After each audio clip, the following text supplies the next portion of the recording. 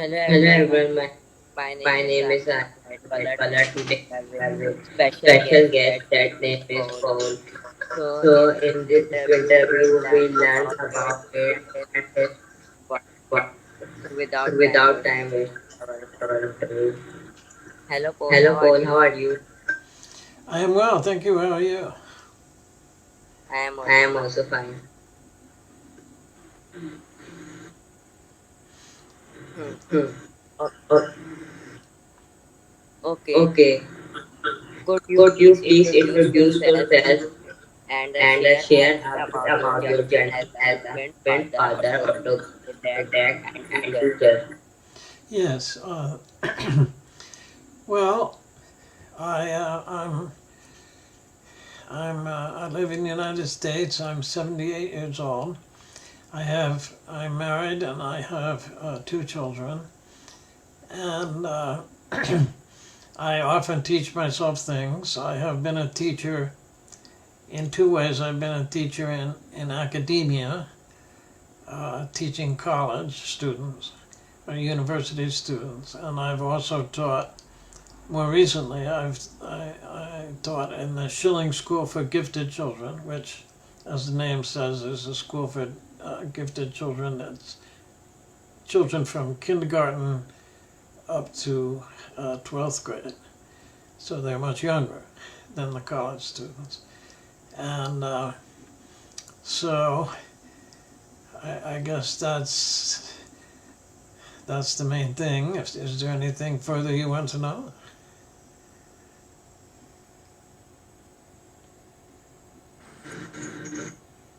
Great. Great. Being Being an an autodidact autodidact indicates indicates a a strong strong desire desire for for self-learning. self-learning. Can you Can you tell us tell us about a about a subject subject you you have have recently recently taught taught yourself yourself and and how it how it has shared shared your your love? love? Well, let's see. I'm in the middle of lots of things. I do more than work on more than one thing at a time. So I've been reading a history of Persia, and I've been studying some physics, and I'm studying this book.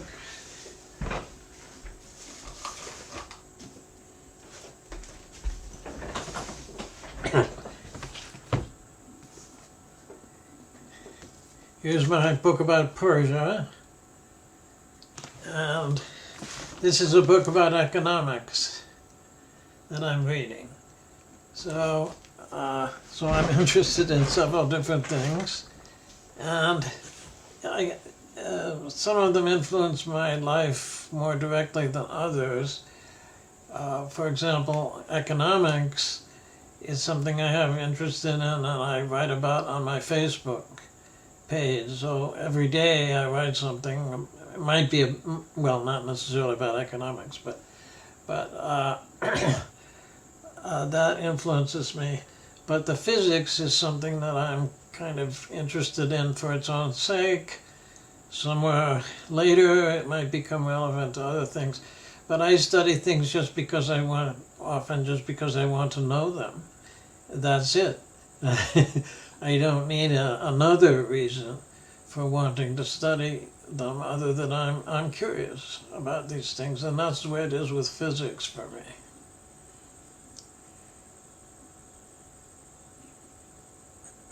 Great. Great. Music Music seems to seems be to be an an interest of interest your of your life. life. How How has has it it played a played role a in role your in personal personal family life? family life? Well, I think in terms of my family life, uh, I'm grateful that my family is willing to put up with listening to me play the piano and other things. Um, and I have sometimes played together with my wife. She would play the piano and I would play the guitar. We don't do that a whole lot, but we have done it.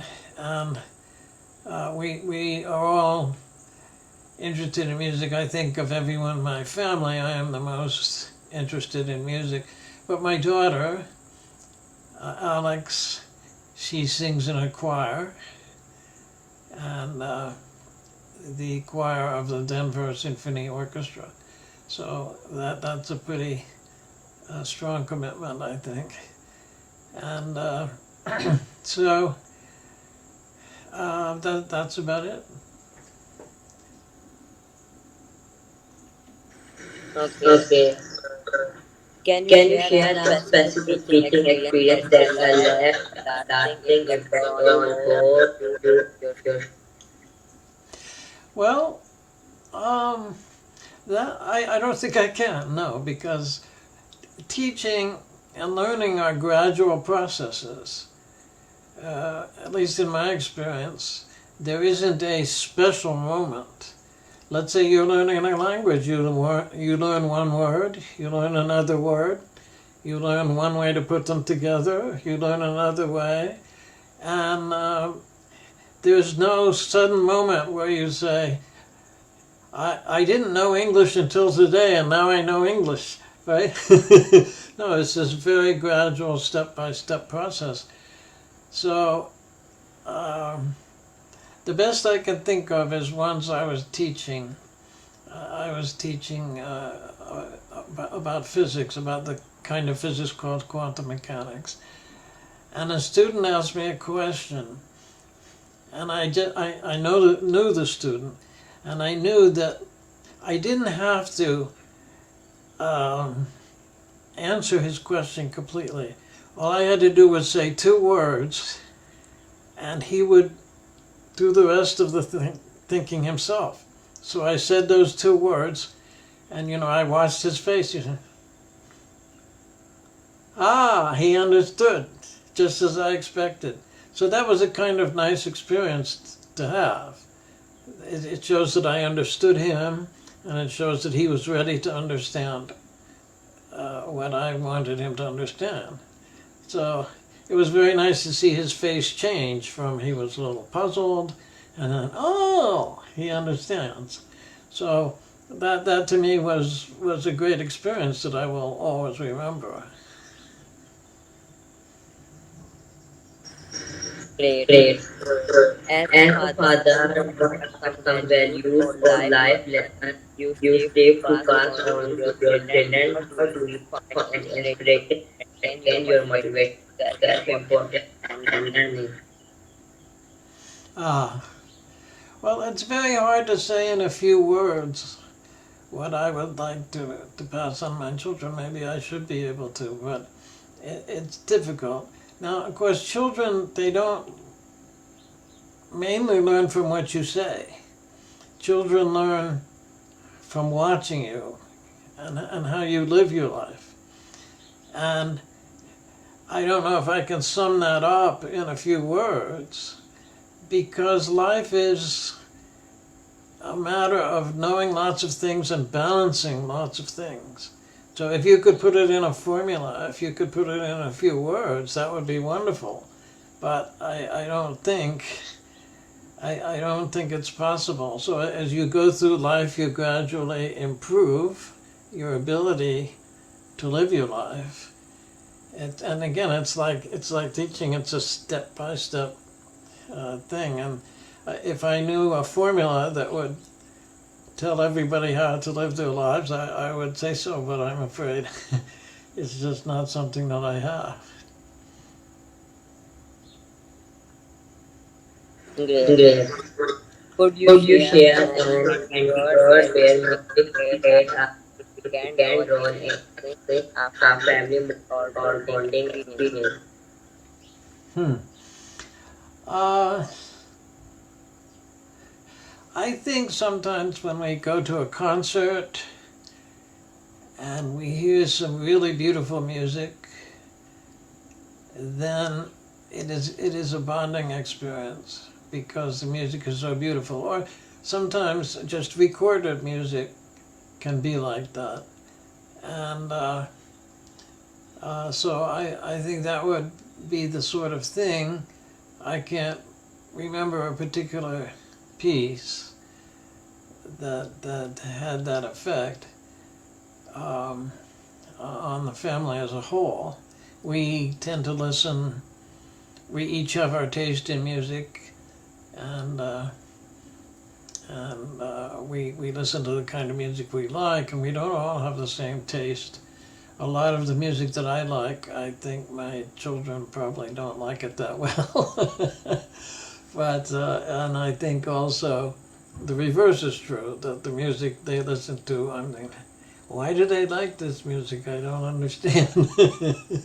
So we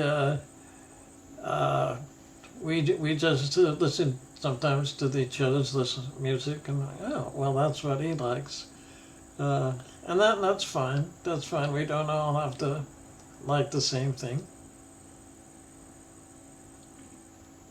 Okay. Okay. What What strategy do you strategy do you employ to employ to encourage a encourage a love love for for learning that your your student student method? method? Well, I think one of the things I try to do is is to show the beauty of the subject.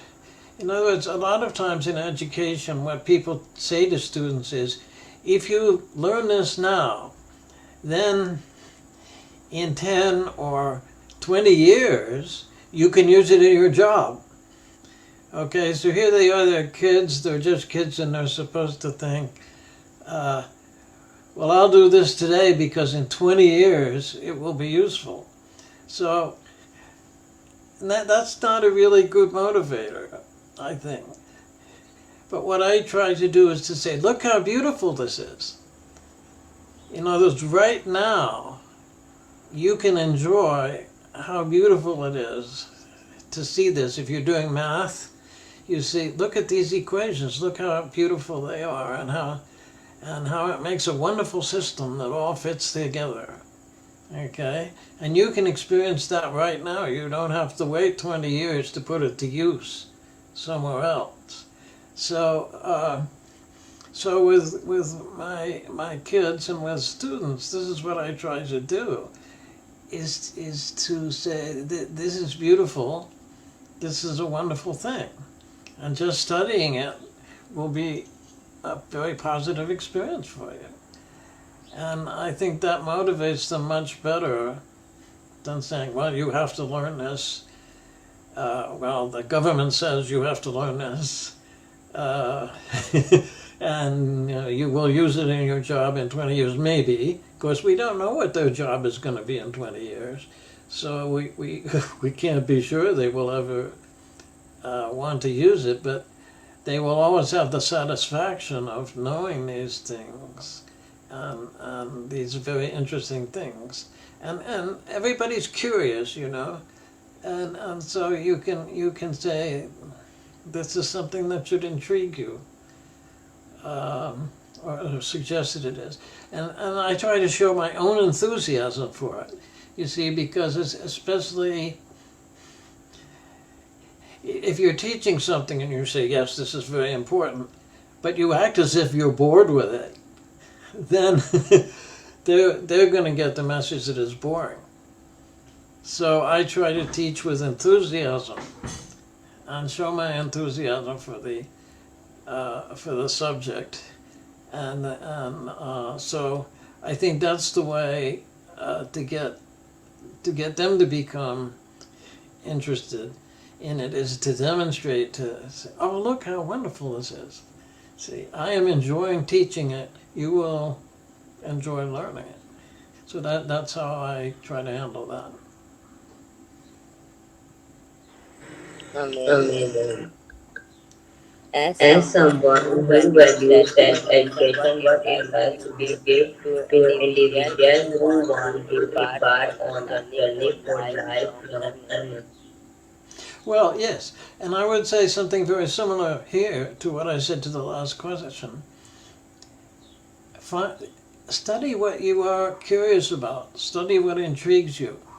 If you say to yourself, I want to study this because the government says we should all learn this, or I want to study this because maybe in 20 years I can use it in my job, then that may make it difficult. It's difficult sometimes for people to make themselves do something just for some extraneous reason. If you study what you are naturally curious about, what you want to know, then it will be easier. You will just be naturally. It's like eating good food. You don't have to force yourself to eat good food, because it's just nice to eat good food. And in the same way, whatever you're curious about, study that. And if you're halfway through a book and it doesn't interest you anymore, well, find another book, and maybe you can come back to that book later. So if there's something that you just have to study because of your job or something like that, fine. But as far as teaching yourself, I suggest you should go with something that you really want to know about, something that you're really curious about.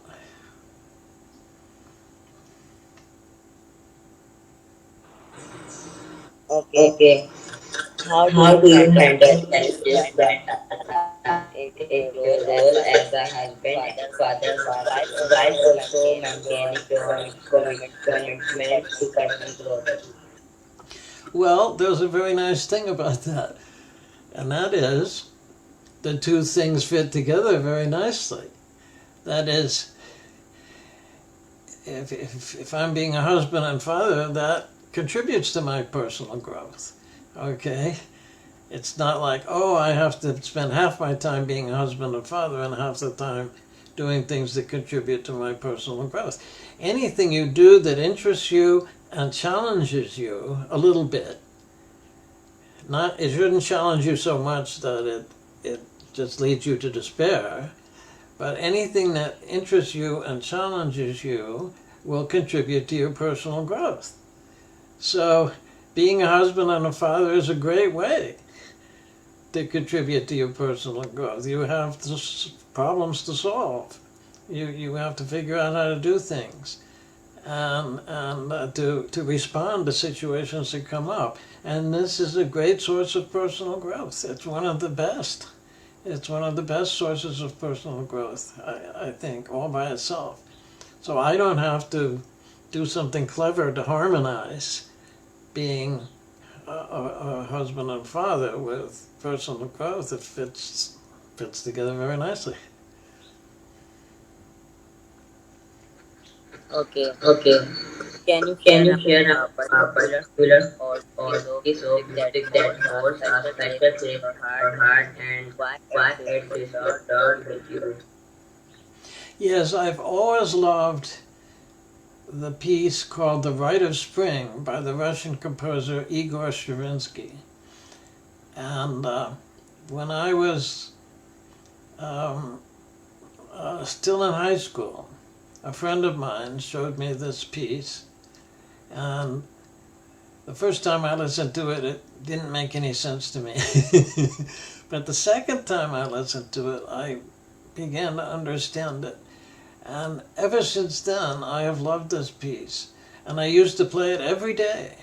I don't do that anymore, but for many years, I would play this piece at least once every day. And I still dance to it. It was written as a piece for dance. You don't have, it's all right just to listen to it. You don't have to dance to appreciate it. But it was written as a piece for dance, and so sometimes I will dance to it. I think it's a very good piece for me to dance to. But it's hard to say why this is such a great piece. Sometimes some people find it a very difficult piece. It's too loud. It's too dissonant. They don't like it. There was a riot when it was first performed, and so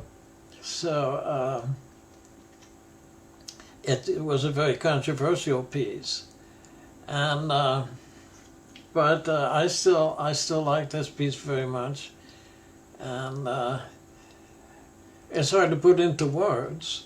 You know, music is music and words are words. If you could do it with words, why get a whole orchestra together? but I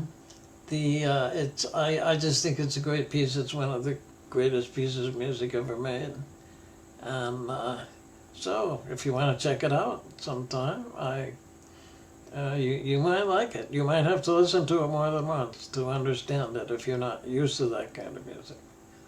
Okay. Okay. Okay.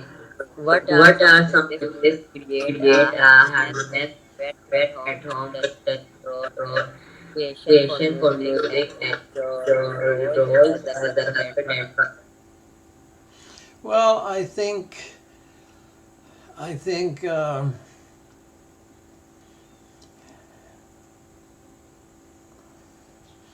sometimes there will be conflicts, and you have to try to resolve them. But on the whole, the way to create harmony um, is to respect the other people.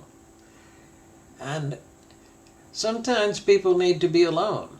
So if the other person needs to be alone, you let them be alone. And you don't always have to be talking, or you don't always have to be doing something together.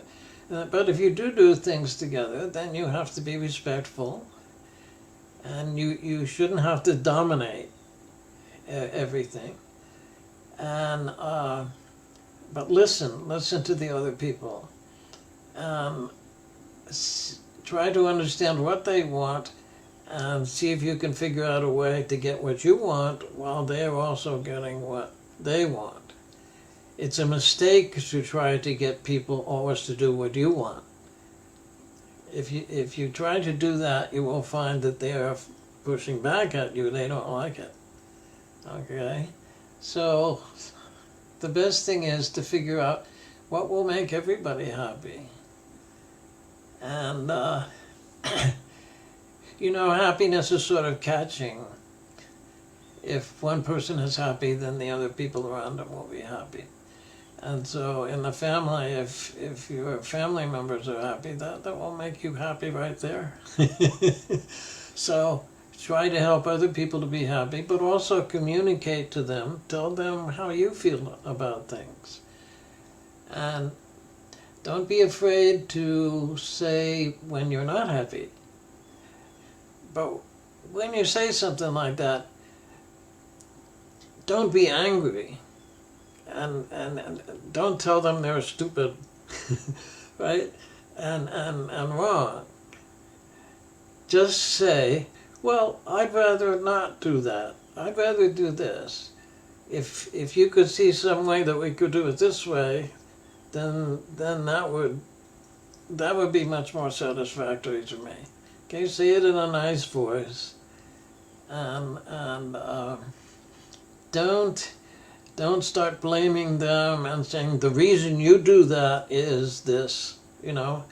Just say what I see, what I observe is you've done this, and I'm not going to try to explain it. I'm not trying to get inside your head. But when you do that, it sometimes bothers me. See, um, I don't know why you do it. It's none of my business. But if you could maybe not do it, that would be nice. Right? So then, when you are dissatisfied, you don't have to make a big fight out of it, because people want to get along. People want to get along. They don't want to fight, right?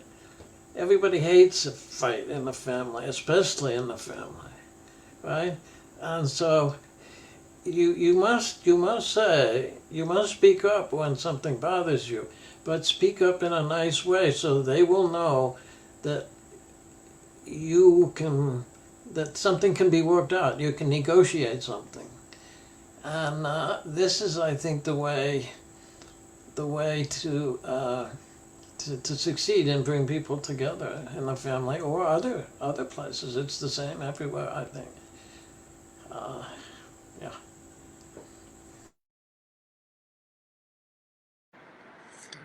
Okay.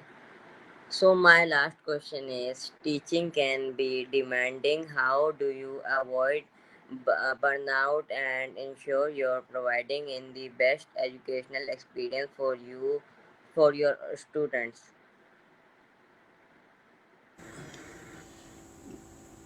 you have to know your limits because you will burn out if you take on too much. And excuse me. Uh,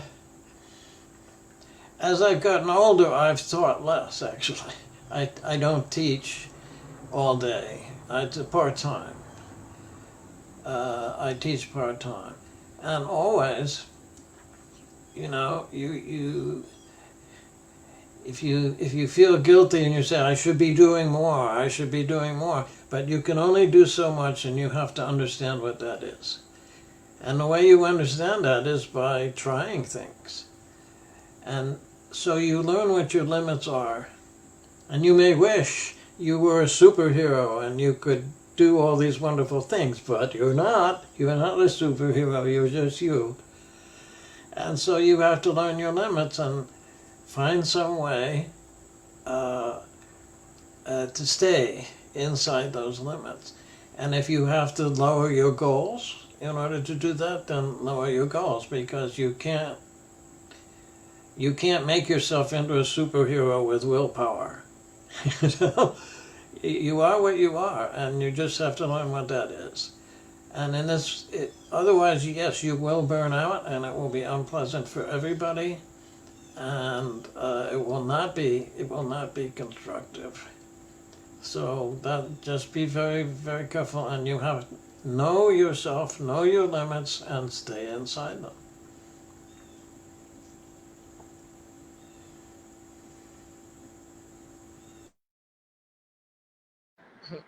Okay, Paul, thank you so much for giving me your precious time. I hope everybody learning something new with you. Thank you so much.